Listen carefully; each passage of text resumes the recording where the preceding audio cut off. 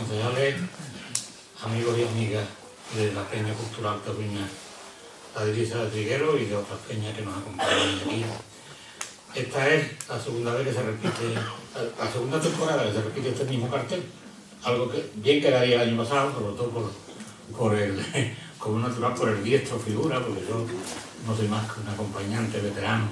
para hacer aquí una cosa que casi no es necesaria hacer porque Santiago Ortiz Trisac, Santi Ortiz, como se llamó en los carteles y como se sigue llamando en su etapa de escritor, es persona pues muy conocida. Pero siempre se conoce algo nuevo. Por ejemplo, yo me he enterado hoy charlando con él que la primera vez que se puso ante una res brava, una vaca, fue aquí en Trigueros. Fue aquí en Trigueros, en la capilla de Trigueros, allá por el año 61, 1961, el mismo año que comenzó su andadura en Taurina Pablo Gómez Terrón, ya con más edad y ante una res única en Valverde del Camino. Bien, pues Santi Ortiz viene aquí para hablar de Pablo Gómez Terrón y algo hay que decir de él, de su andadura taurina, que fue también muy interesante y muy, como yo creo que él va a decir y va a insistir, un poco con el espejo de Pablo Gómez Terrón delante, que fue un poco alguien que, aunque él tenía el gusanillo taurino, pues le reavivó la afición y le hizo decir, yo también voy a ser torero. Y efectivamente quiso ser torero, y así se empeñó, como natural, con las naturales dificultades familiares. Quizás lo que más interesante ahí es su fuga, por decirlo de alguna manera, a Salamanca, casi en tareas de maletilla, cuando era un chico que había comenzado a estudiar bachillerato, abandonó de alguna manera los estudios y se marcha a hacer tapia y a hacer tentaderos en Salamanca, y de ahí regresa con la voluntad de ser torero y inicia una andadura también por la provincia de Huelva, primero sin picadores y luego finalmente pues con picadores ya el año 69, y comienza, digamos, él dice que le ayudó en sus comienzos el padre del torero Francisco Barroso, y esa es un poco sus inicios, hasta que tiene un triunfo importantísimo en la plaza de Olivenza, al comienzo de la temporada. Ya sabemos que Olivenza es la primera plaza, donde cortó 5 orejas, 4 orejas en sus toros y uno más, que regaló una oreja más en un novillo que regaló el ganadero de entonces, de aquella novillada, que fue Miguel Báez Puni, el litri padre, para entenderlo. De pronto deja un poco, hay un momento en que abandona, pues porque se cansa después de intentar torear más, pero no torear lo que quiere. Hay un momento en que él decide dejarlo, vuelve a los estudios y con una rapidez tremenda hace el bachillerato en un par de años y se matricula en la Facultad de Ciencias Físicas en Sevilla, donde cursa los estudios superiores de Ciencias Físicas y termina la licenciatura y comienza además a quedarse me parece que en el departamento de termodinámica, no me equivoco, donde comienza un trabajo como profesor allí en la misma universidad, pero el gusanillo no se lo acababa de quitar. Y finalmente vuelve a los toros, hace un par de novilladas y decide tomar alternativa, que fue una alternativa un tanto singular. En aquel año en que la plaza monumental de Huelva, donde él había toreado algunas novilladas, es clausurada por falta de seguridad. Los técnicos del ayuntamiento deciden que no se puede dar toros allí y se cierra aquello,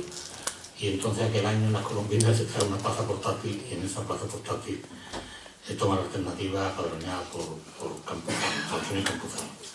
Él mismo dice que estuvo bien en su primer toro, en el toro de la alternativa, pero que en el segundo toro no tiene ni acordarse, o que se acuerda demasiado y procura olvidar total, definitivamente. Un petardo, bueno, pues un petardo está bien, que algunas veces se da. Entonces él deja ya los toros, se centra en la ciencia física y incluso luego oposita a profesor de instituto y ha vivido ya luego en Sanlúcar de Barrameda, después de pasar por varios institutos como profesor de física y de matemáticas, y allí ha terminado su etapa laboral. Está jubilado, pero yo creo que como muchos toreros, estamos hablando de la época en que los toreros tenían su temporada, sus varias temporadas, sus éxitos, se retiraban y luego volvían. Al tiempo eso pues lo hicieron, el padre lo hizo muchas veces, y luego cuando vuelven un poco a veces, aunque no hayan toreado en esa etapa, vuelven con más sabiduría, con otro pozo, con otro sosiego. Se comenta en estos días como Antonio Ferrera, que ha sido un torero de una relativa importancia durante un tiempo, cuando ha vuelto a los toros después de estar retirado, ahora resulta que está considerado como un torero clásico, como un torero de gran solera, que ha adquirido unos conocimientos, un reposo en su toreo y un estilo de torear que antes no tenía. Bueno, las comparaciones nunca son idénticas, pero de alguna manera Santiago Ortiz Trizá vuelve en el año 89, 99, vuelve al toro. Nunca lo deja del todo, porque él había escrito crónicas, había dado conferencias, pero volver de verdad a enfrentarse para escribir un libro, vuelve el año 99, que es cuando publica una obra de la que yo le estaba hablando. Me parece que sería casi, si el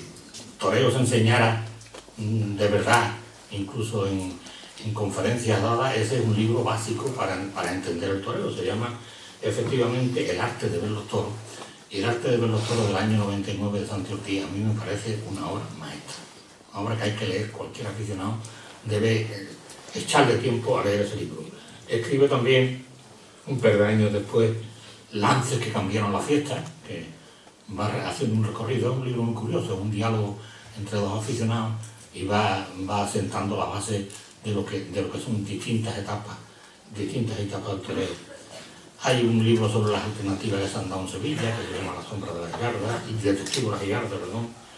Luego él dedica, como muy seguidor que ha sido y que es, de José Tomás, ha dedicado un par de libros a José Tomás, uno sobre la temporada del año 2009 y otro, que lo hace el año anterior, que se llama José Tomás, el retorno de la estatua, cuando vuelve José Tomás, es una de sus primeras retiradas. Y finalmente ha hecho un libro, que es un verdadero ensayo propio de un intelectual metido a los toros, que se llama El toreo frente al mundo, que es el que publica el año 1916 y que es de los libros también que hay que leer y que hay que meditar, porque hace unas reflexiones sobre el arte de torear muy antiguas. Ya sabemos que incluso Ortega y Gasset no se atrevía a enfrentarse con el problema de lo que significa el arte de torear, de lo que ha significado en la cultura, de lo que ha significado como formando parte del mundo del arte, y él enfoca ese problema, lo va desmenuzando y al final, pues como ha hecho con su palabra muchas veces, se enfrenta un poco a todos los enemigos de la tauromaquia y va analizando el porqué de una cierta corriente demasiado importante antitaurina, o por qué quien no es claramente antitaurino le da como vergüenza mostrarse como taurino, que de todo hay. Y eso lo analiza y lo ve perfectamente en ese libro del año 16, que por ahora es el último. Por ahora, porque como hemos estado comentando hoy, se encuentra ahora mismo atareado escribiendo una biografía de Manolito Litri, como se lo conoce en Huelva, al hermano de Miguel Báez, hermano de padre de Miguel Báez Puni, que tuvo una vida tan breve, tan vibrante y tan valiente, pero una vida de matador de toros de una temporada y media, porque muere, como sabemos, después de la jornada en Málaga, el año 1926. Pues sobre esa breve pero intensa vida taurina está ahora mismo atareado investigando, porque él se documenta en todo, no escribe simplemente por escribir, sino que se documenta a fondo. En eso se encuentra ahora mismo atareado Santiago Ortiz. Y hoy ha querido venir a hablarnos de Terrón. Él le ha dicho que conoció a Terrón 6 años mayor que él, por lo tanto lo siguió un poco, y los que estamos aquí conocemos también mucho y muchas. Conocimos a Pablo Gómez Terrón, lo que significó su toreo, su personalidad tan extraña y tan especial aquí en Trigueros, la pasión que despertó y toda su etapa de torero hasta su trágico final, y siempre ha dejado una huella aquí en Trigueros. Así que yo no os canso más y os dejo con los conferenciantes, que seguro que hoy vamos a aprender muchas cosas, especialmente sobre el arte de torear de Pablo Gómez Terrón. Adelante, Santi. Gracias.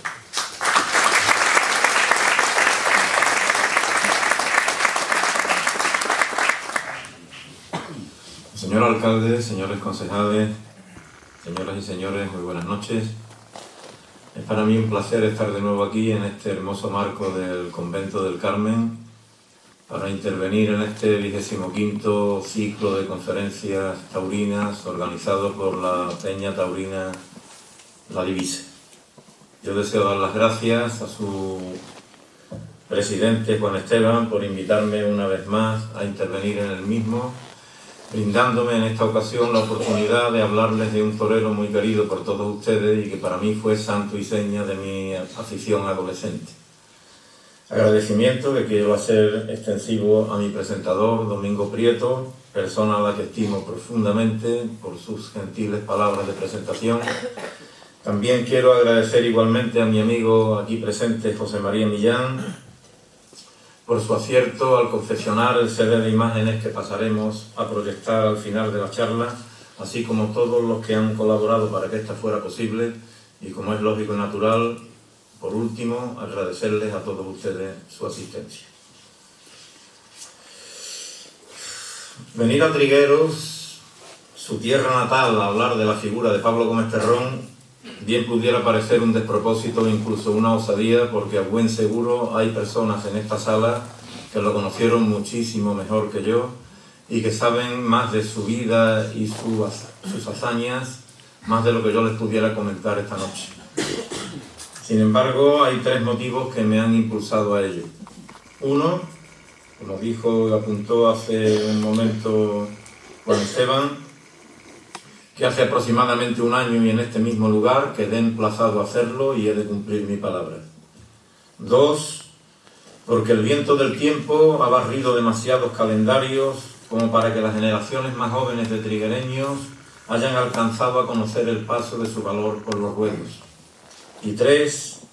porque este 50º aniversario de su doctorado nos ofrece una ocasión propicia para homenajear al torero y repasar lo que fue su breve e intensa andadura taurina.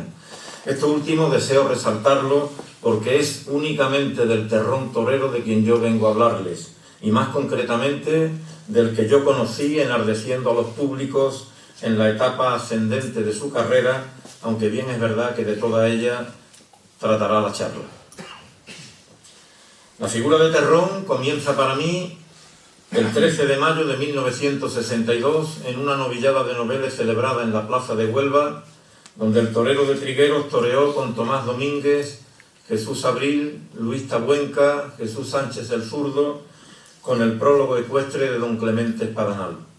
Ese día Pablo expondría las cartas que más iban a acompañarle en su carrera, el valor y la sangre, pues resultó herido en la axila derecha al entrar a matar el novillo de Gerardo Ortega que le correspondió en suerte.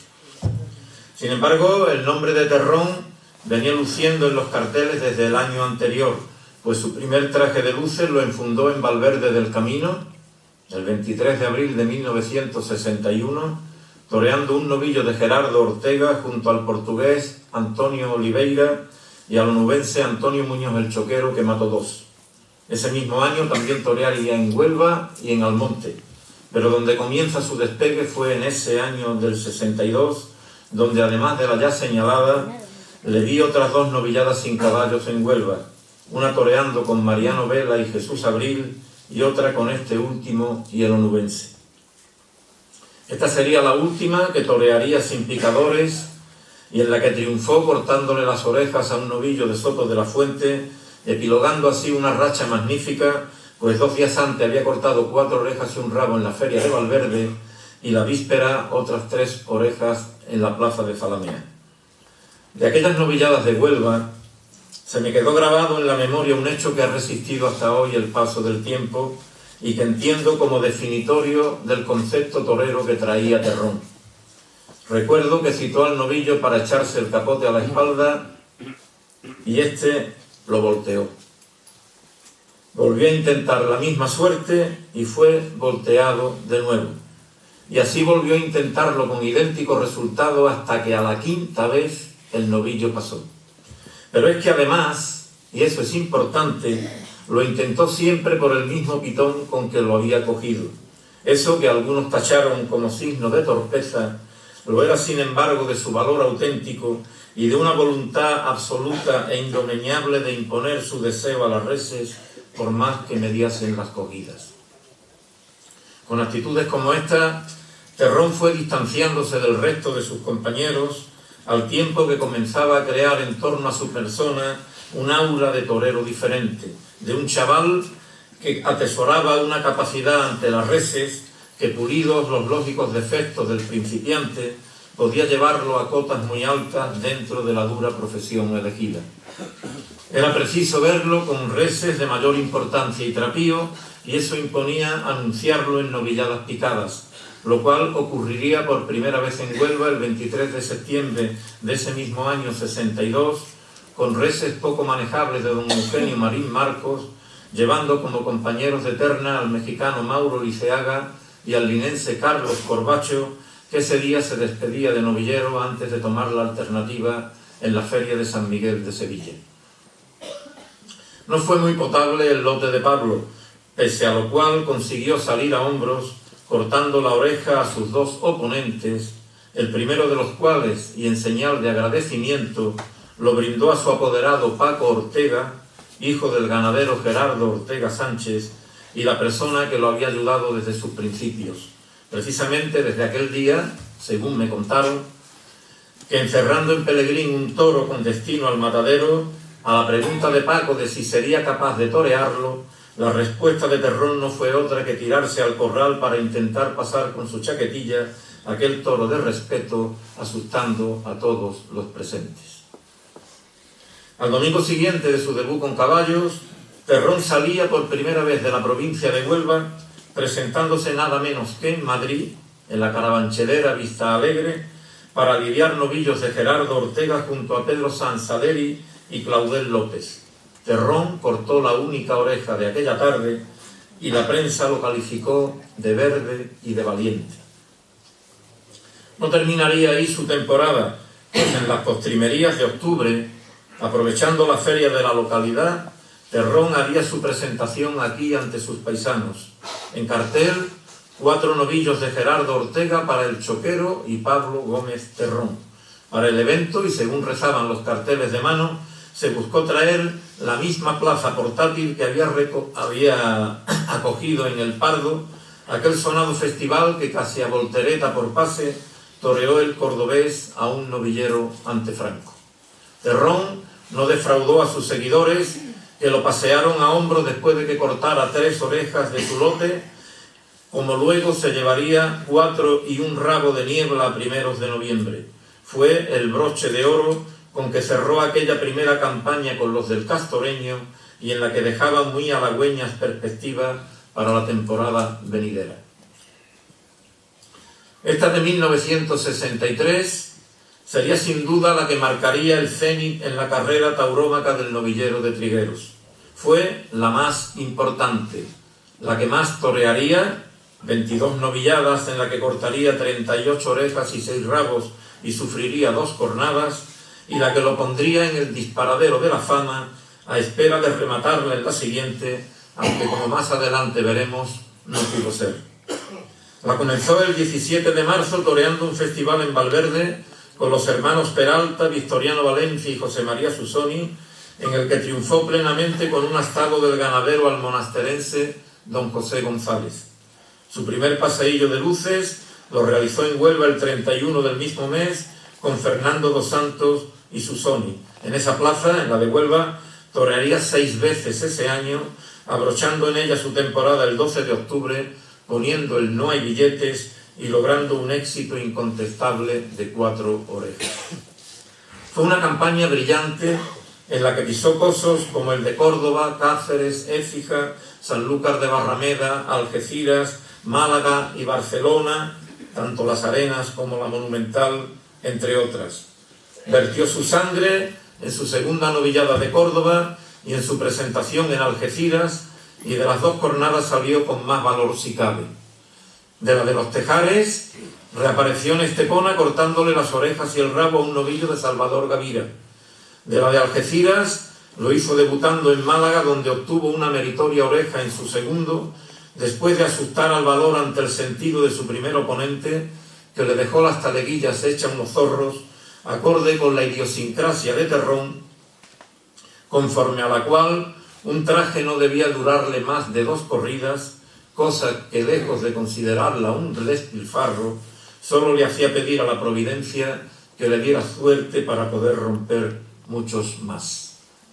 Esta novillada de Málaga, 1 de septiembre, ya la toreó Terrón bajo la batuta de un nuevo apoderado, porque tanta resonancia alcanzaron los triunfos conseguidos en las corridas anteriores y tan grande se mostraba su poder de convocatoria para los públicos, que el mismísimo Camará, aquel que acopió fama y poder siendo apoderado de Manolete, se interesó por el novillero de Trigueros, poniendo a uno de sus hijos, Pepe, para que le llevara los asuntos. Era lógico tal interés, porque en aquellos momentos Terrón, como novedad, tenía revolucionado al mundillo taurino. Y era natural que así fuera, pues sus éxitos se concatenaban sin solución de continuidad. Después de reaparecer en Estepona tras la Cornada de Córdoba, toreó en Huelva una novillada de doña Ana Peña que fue toda una corrida de toros, tanto que hubo un novillo rechazado por grande, ya que su peso excedía con creces lo reglamentario. Esa tarde Terrón, superándose a sí mismo, se entretendría en cortar nada menos que 4 orejas y 2 rabos. Otra obtendría en Écija el día de Santiago y 3 fechas más tarde volvería loca a Sanlúcar de Barrameda, cortando 5 orejas con petición de rabo de los 3 novillos que tuvo que estoquear, uno por cogida de copán. Con estas credenciales se presentó a la novillada de las Colombinas, en la que acabó el papel, pues ya no solo eran Sebastián Donaire, Manolito Feli o Diego Angulo, sino Trigueros entero y la afición huelvana, quienes lo seguían entusiasmados y deseosos de ver las hazañas de uno de los toreros más valientes que ha dado el toreo. Ese día 4 de agosto, en la plaza de Huelva se dio cita lo más conspicuo del planeta taurino. Matadores de toros, periodistas, apoderados y taurinos de todo tipo acudieron a ver al huracán de los ruedos, al llamado León de Huelva, al novillero que rebasaba todo lo emocionante. Y a fe que no salieron defraudados, porque Terrón, ante una difícil novillada de don José de la Cova, dio la talla corregida y aumentada de la fama que venía precedido. Ese día no solo asustó al miedo, sino que también consiguió asustar a diestro como Pepe Luis Vázquez, padre, que no tuvo más remedio que abandonar la barrera que ocupaba yéndose de la plaza por no poder aguantar el derroche de temeridad de que hizo gala el torero de Trigueros. Hubo un momento durante la faena al primero de su lote en que el novillo se le quedó parado poniéndole el pitón en la axila y Terrón, impávido como una estatua, no solo le aguantó el parón, sino que girándose levemente comenzó a rascarse la espalda con la fina punta del pitón del toro. Ese día Pablo consiguió alcanzar ese tono angustioso que muchas veces acompañaba sus faenas imposibles. Saldó su actuación llevándose 3 orejas en el esportón y abriendo una vez más la puerta grande.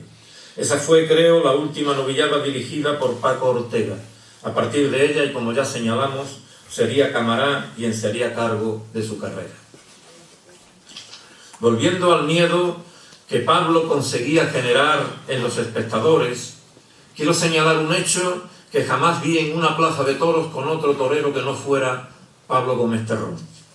Yo he presenciado cómo hombres hechos y derechos que iban a la plaza a verlo torear se tenían que salir del tendido porque no eran capaces de aguantarlo.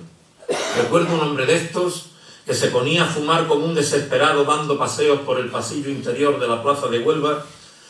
y que de vez en cuando asomaba la cabeza por el vomitorio para preguntarme ¿cómo va? ¿Cómo va?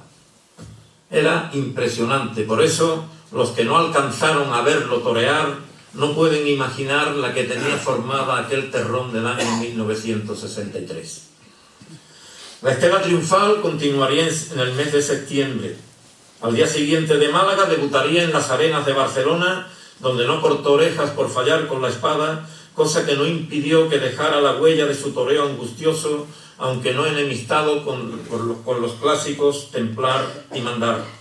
De ahí volvería a Huelva para torear la novillada de la cinta, tornar a colgar el no hay billetes, cortar 4 orejas y un rabo y pisar esos terrenos permitidos únicamente a los valientes de época. Fechas más tarde, cortaría los orejas y rabo en Aracena, torearía en Valverde el día en que Carmencillo de Rincón Cañizares cegó la vida del torilero José Montín Caballito, y 4 días después de este luctuoso accidente volvería a torear en Barcelona, esta vez en la Monumental, junto al Estudiante y José Fuentes, para cortar una meritoria oreja de su primer novillo y dar una triunfal vuelta al ruedo a hombros en el astado que brindó a Chamaco. El mes lo cerraría en Málaga, mejorando la actuación del día de su debut, pero no acabaría ahí su temporada, porque después de triunfar en un festival en Carrión de los Céspedes, 2 orejas y petición de rabo, el 12 de octubre, Terrón volvería a dejar sin entradas a las taquillas de Huelva, toreando una novillada de Torreestrella con Curri de Camas y Caetano, en la que cortó 4 orejas que al público se le antojó poco premio para la actuación del triguereño. Todo quedaba dispuesto para que en la temporada siguiente Terrón se aupase a la cima del escalafón novilleril. Además de sus indudables cualidades, lo tenía todo para el triunfo. El apoderado más poderoso de España, el interés creciente de los públicos y también el de los empresarios que competían por firmarle fechas, atraídos por el suculento bocado que suponía su indudable tirón taquillero. Sin embargo, el toreo es un arte purificado por el riesgo, y el riesgo es aventura, y la aventura, para llevarla a buen término, precisa del concurso de la suerte, de que la diosa Fortuna acoja al valiente bajo su manto. Sin sus favores, todo puede venirse abajo como un castillo de naipes.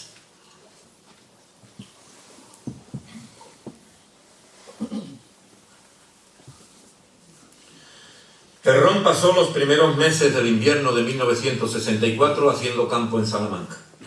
tentando en las ganaderías de Manuel Arrán, Antonio Pérez Tabernero, Marqués de Albaida, Manuel Ceballos, Atanasio Fernández y Alipio Pérez Tabernero. Cuando alboreó marzo, Camará le tenía palabrada unas 70 novilladas a comenzar el 19 de marzo en Huelva. Hay que detenerse en esta última fecha por la trascendencia que tuvo en el devenir torero de Pablo Gómez Terrón. Para ese jueves de San José se anunciaba en la plaza onubense una novillada con reses de Diego Puerta para José María Susoni, Terrón y José Luis Blasco Caetano. Fue una tarde de meteorología adversa, con cielo aborrascado y frío viento, pese a lo cual la plaza se llenó. El encierro con que Puerta debutaba como ganadero, también lo hacía como empresario de Huelva Diodoro Canorea, fue muy chico, más propio de una novillada sin caballo que de festejo con picadores. Por esa punta comenzó a sacarse el ovillo de la tragedia, porque el primer novillo de Terrón, segundo de la tarde, igual que el que abrió plaza, ni siquiera llegó a pesar en bruto los 300 kilos. Para ser más exacto, dio en la báscula 290 kilogramos, iba marcado con el número 84 y atendía por molinero. Su escaso trapío motivó el enfado del público, lo cual no justifica en absoluto lo que ocurrió después. Y fue ello que, estando Terrón porfiando con el novillo muy quedado para sacarle los muletazos, una voz intempestiva, avinagrada, inoportuna y cobarde salió del tendido más cercano al torero gritándole: «Terrón, ¿le vas a tener miedo a una cabra?». Eso espoleó el pundonor del bravo torero de Trigueros, que se metió materialmente entre las astas, cruzándose temerariamente para torear en redondo. En ese arriesgado terreno hizo el torero el alarde de mirar al tendido buscando con la vista al desaprensivo autor del grito, y fue en ese momento cuando de improviso se le arrancó el novillo, que solo tuvo que alargar el cuello para prender al diestro y dejarlo clavado, empalado en su pitón derecho. Cuando Terrón cayó al suelo, un surtidor de sangre le empapaba ya toda la pierna desde la nalga a la media. Con el nerviosismo que produce la sensación de una cornada grave, Terrón fue rápidamente conducido a la enfermería, mientras la plaza cargaba airada contra el irresponsable que había provocado dicha situación. El mal estaba hecho. pero los dados del destino seguirían jugando su baza de infortunio. Operado en la enfermería de la plaza por el doctor don Antonio Ruiz López y llevado a la clínica de este, Terrón no experimenta mejoría.